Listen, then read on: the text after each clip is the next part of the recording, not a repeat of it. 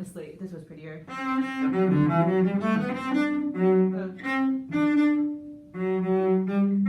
you had an up bow, but it was pretty. Sadly, what's not in the music though.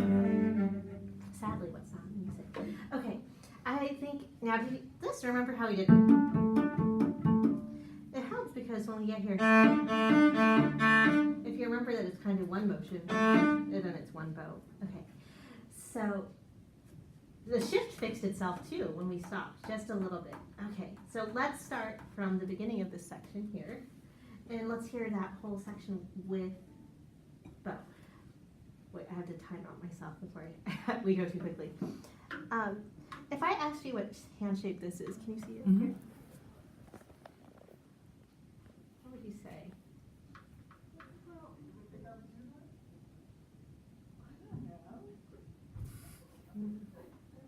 Kind of like a cat. What hand shape do you remember with your first cello teacher? What were you looking for? Yeah, it was a little bit softer. So Mr. Eric confessed to me, and I feel comfortable saying it because he did confess to me that he was getting pain playing like this because he kind of dropped his wrist in and kept his fingers angled always this way. It's really hard on your arm. Can you imagine throwing a football like this? Yeah. Go ahead and do that motion that you were doing before. You see how it kind of released and it was softer? So I think that's a guideline that we have to do with our body. So it's kind of just that soft C hand shape, not this uppercut. Yeah, that's too hard. So I want you to, we're going to work on that because it's just something I want to, this is just it's too kind fun. of like piano too. Yeah, it is kind of like that lift and drop. Because I think, because did she have you do kind of this and then pop?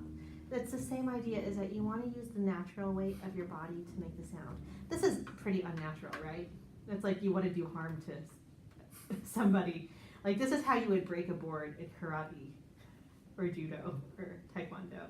Like you would do this with your hand. We don't want to break our cello, so we're going to soften up your hand.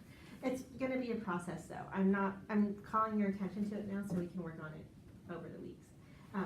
So plant it in your head. We'll keep working on it, but now I definitely want to hear the first section, okay?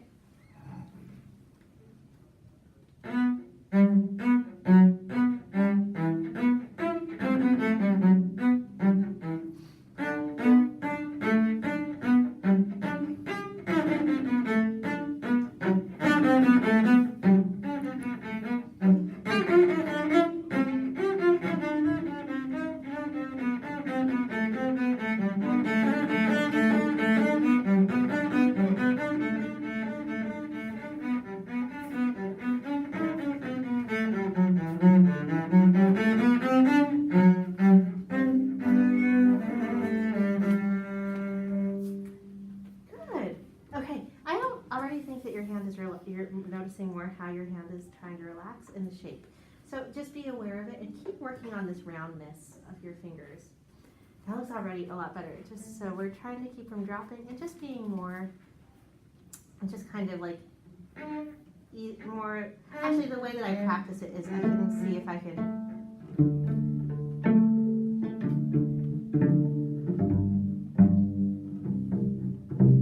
Sometimes I just kind of feel like, can I type this way? Good. Yeah. So just look out here right now. Do you see how I can, like this is kind of, that's a little softer. Oh, good. So you don't need to roll up too high. It's just that we're trying to find what's natural and comfortable for your hand. Okay. Small thing for your bow. We're just going to keep working on staying here in that lower, keeping your bow hold from migrating, right?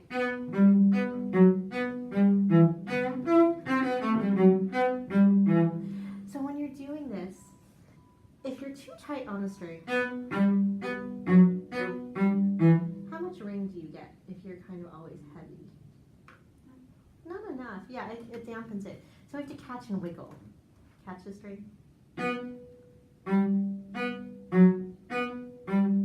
normally I just kind of wiggle just to see if I have a good tug. Yeah.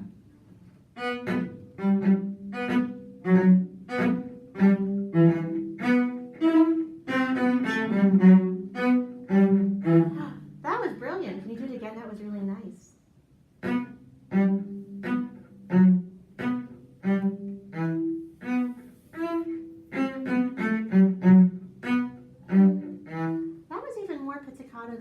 started, but it wasn't like because it's that kind of you want it to be a clean puff sound.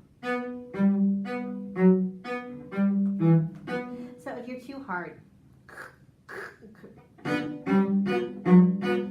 so we want to be able to distinguish. Can you do it again? Because it was so pretty. Ooh, beautiful. Can you start up for me?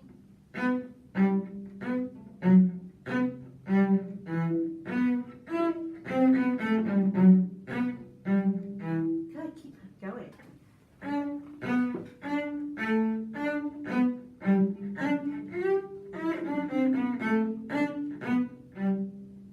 Okay, next section. And now here, actually, let me tell you one thing. I think of the 16th notes sometimes in sections like these, legato, or just more smooth back and forth. Short, short. Oh, that should be loud. Short, short. So can I hear you do smooth, smoother, smoother, short, short, just on that first line?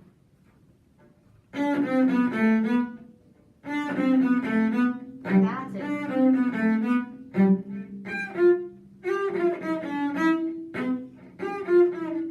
Oh, did you not like the crunchy sound?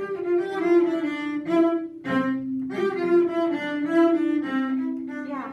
So when you hear that sound, it's just a little too heavy-handed from your arm and into your finger. But what the good news is that I hear you do these popping sounds. So there's a difference between the pop and the that's like boots and cats. Boots. Have you ever that's a beatbox. Boots and cats. Boots and cats. So that's a little too harsh. We want more of the sound, I guess. Okay, so this is sounding really good. So on this one, nothing crazy here, and then this inverts on the next side. So can I hear, can we jump up over to this spot here?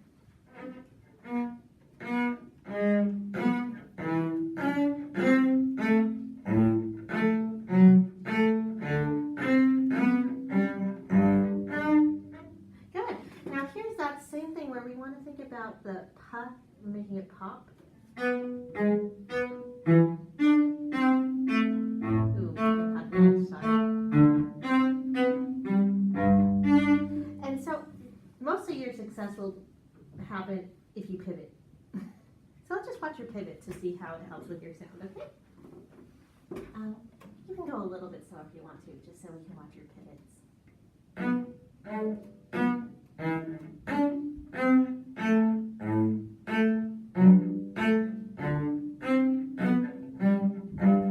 Good, much cleaner. Did you catch some random strings sometimes?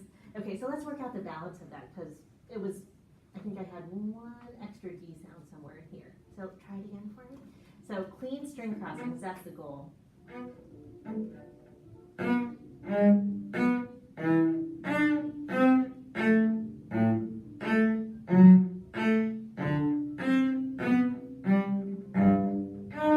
You are such a good manager of your bow that time, because sometimes when you're making too many extra sounds, it might have been too much bow or just too heavy.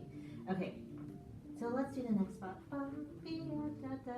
So another sequence. Let's see how that one's going.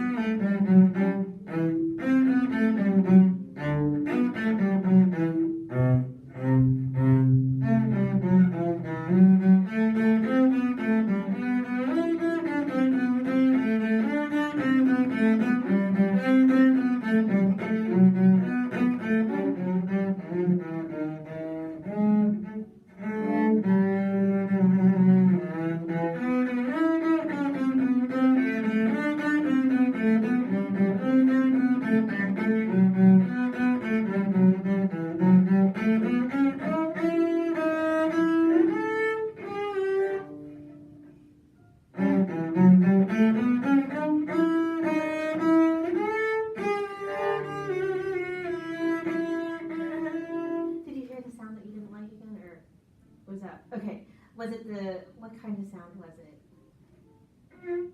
Like a, no, okay, it was, okay, so the one last thing that I want to make sure that we talk about, I think I might have it